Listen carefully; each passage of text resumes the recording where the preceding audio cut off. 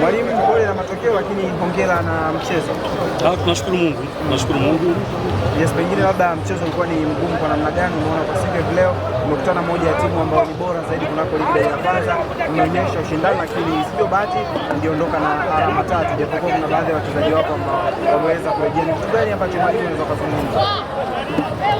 Ndipo amerejea, umeona kidogo na timu weight ilikuwa nayo leo. Kwa hiyo imekwenda tukipata pointi moja ligi inakwenda kusogeza sehemu fulani. Kwa hiyo tunashukuru kwa hiyo pointi tuliyopata. Na pengine kwa Gunners imekuwa na matokeo ambayo sio ya kuridhisha sana, japokuwa kwa siku leo imeondoka na alama moja. Kuja Transcape amekuja Mbeya Kwanza ameondoka na alama, mlienda Shinyanga mkapoteza. Pengine mwalimu, ni kitu gani ambacho unaweza kuzungumza na mashabiki wa Gunners kuhusiana na timu yao? Sisi tunashukuru, lakini dirisha dogo limefunguliwa.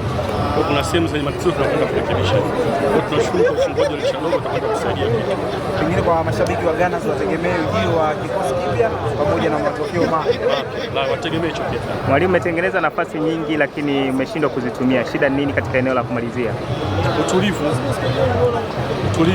wanakosa position nzuri kwenye kuscore, basi tunatokea. Pengine kwenye dirisha dogo umelenga pia kuongeza wachezaji katika eneo hilo la ushambuliaji.